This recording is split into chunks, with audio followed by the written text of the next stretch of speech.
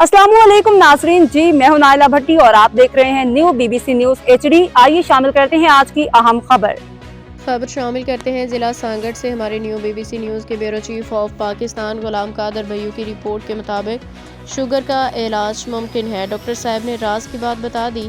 इस वीडियो को देखने के बाद आप शुगर के मरीज नहीं रहेंगे। सांगड़ में डॉक्टर महमूद के अस्पताल में पाकिस्तान के मशहूर मरूफ प्रोफेसर डॉक्टर AP राजड़ ने शुगर के मरीजों के लिए एक रोज़ा मुफ्त medical camp new BBC news से खसूसी गुफ्तगू करते शुगर के मरीजों को बड़ा पैगाम दे दिया। आइए देखते हैं इस रिपोर्ट में। बड़ी नवाजिश आप लोगों की, आप लोगों ने ये मौका दिया और आप लोगों के चैनल के तवस्सुत से बहुत सारी ऐसी चीज़ें हैं जो हमें माशरे में देनी, अवेयरनेस लानी है, लोगों को बताना है कि भाई ये शुगर होती क्या है, ये डायबिटीज़ होती क्या है।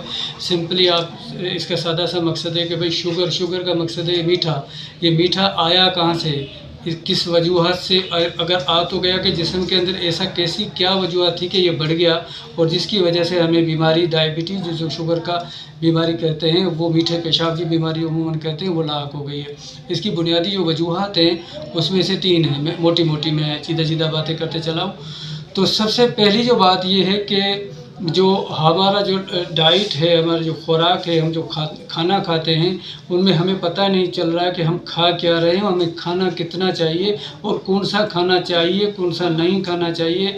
तो वो हमें बहुत ज़्यादा हमें उसकी नॉलेज होने की ज़रूरत है। वो चूँकि मैं खुद प्रोफेसर भी हूँ डायबिटीज़ के स्पेशलाइजेशन के साथ साथ मेरे PhD न्यूट्रिशन, वो सिंध में वाहिद बंदा हूँ जो न्यूट्रिशन PhD न्यूट्रिशन हूँ। तो मेरा उस हिसाब से मैं, चूँकि मैं खुद रिसर्चर हूँ, तो उस हिसाब से मैंने काफ़ी चीज़ों को देखा कि हमारे मुआशरे में जो खाने के अक़साम जो मौजूद है मार्केट में, वो उसमें 90% वो हैं खाने के अक़साम जो शुगर कराते हैं।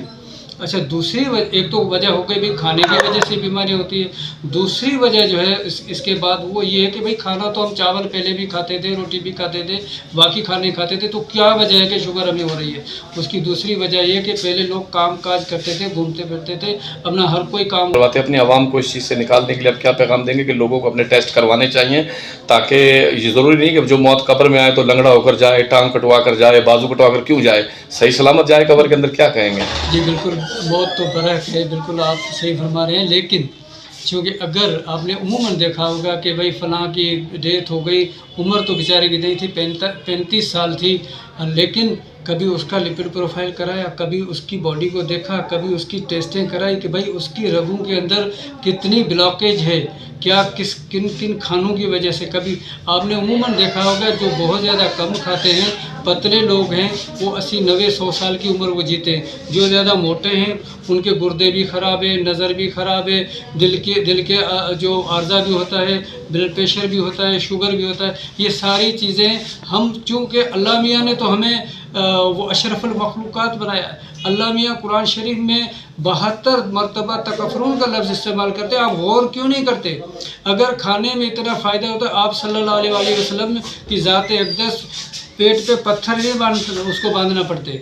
तो ये कहने का मकसद है कि भूख आजकल जो सबसे ज़्यादा दुनिया में जिसको नोबेल प्राइज़ मिला है, उसने जो नोबेल प्राइज़, उसने कहा कि कैंसर का प्रिवेंशन है, कैंसर का भी इलाज है। भाई क्या है?